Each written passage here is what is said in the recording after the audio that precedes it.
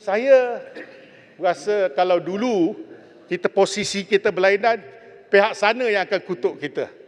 Jadi saya tahu senario telur dengan ayam ni sebenarnya makanan yang berkhasiat. Yang paling murah, betul?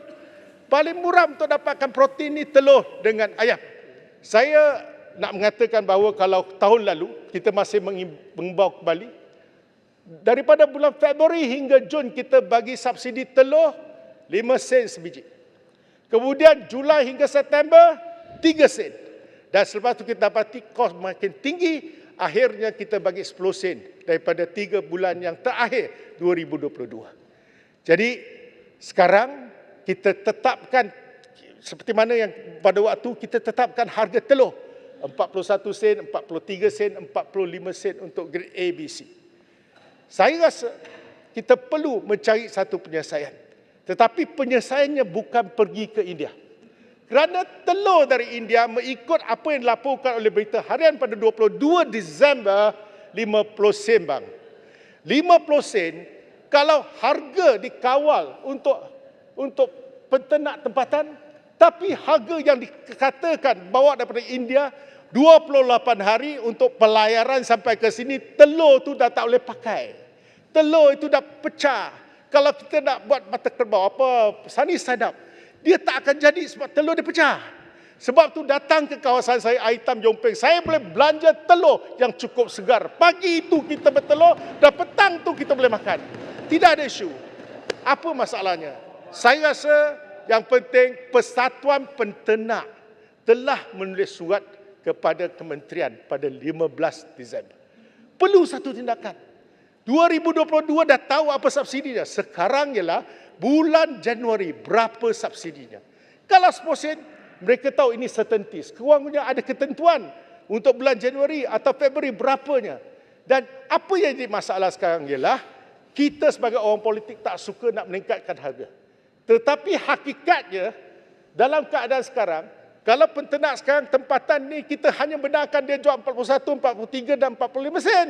Dan sedangkan telur daripada India 50 sen. Seperti yang dilaporkan dalam media. Dan saya juga melihat mereka komplain tentang apa? Telur dia bukan ABC, D, lebih kecil. Telur dia warna putih. Dan yang memang tak disukai oleh Malaysia, orang Malaysia ialah kerana telur dia tak jadi. Sebab tu saya kata, dalam kes ni saya minta supaya mengambil pandangan persatuan ini. Dan di Johor ni, sebenarnya di kawasan saya ada 100 lebih ladang ayam. Dan kalau kita lihat, kita ada lebih kurang 2,000 di Johor ni paling besar dengan Melaka yang dapat mengeksport telur ke Singapura. Jadi saya ingin memberi pandangan, kalau itu yang diminta oleh Yang Berhormat, iaitu kita mengutamakan peternak tempatan. Iaitu kalau di kawasan Melaka dekat Johor kita boleh selesai, di sebuah ladang. Kalau di kawasan saya namanya Teo Seng Capital, menghasilkan 4 juta biji telur. 800,000 sekejap. 800,000 biji itu kita boleh jual pada Singapura. Saya rasa keupayaan kita ada. Kita lihat Singapura, menterinya, Menteri Kelestarian Alam Sekitar, Grace Fu, pergi ke Brunei pada 13 hari bulan Disember. Dia kata apa? Kita rasa kita kena memastikan keterjaminan telur. Jadi Brunei menjadi negara ke-17 sebagai negara yang boleh mengeksport telur ke Singapura. Apa yang berlaku? Yang Berhormat, kalau lihat sebelum 2018, telur daripada Singapura yang pergi ke Singapura kebanyakan datang ke Malaysia. 2019 dia telah menjunam kepada 73%. Dan untuk 2 tahun berikutnya menjunam kepada 59% sampai 52%, dan tahun lalu kurang daripada 50%. Apa maksudnya?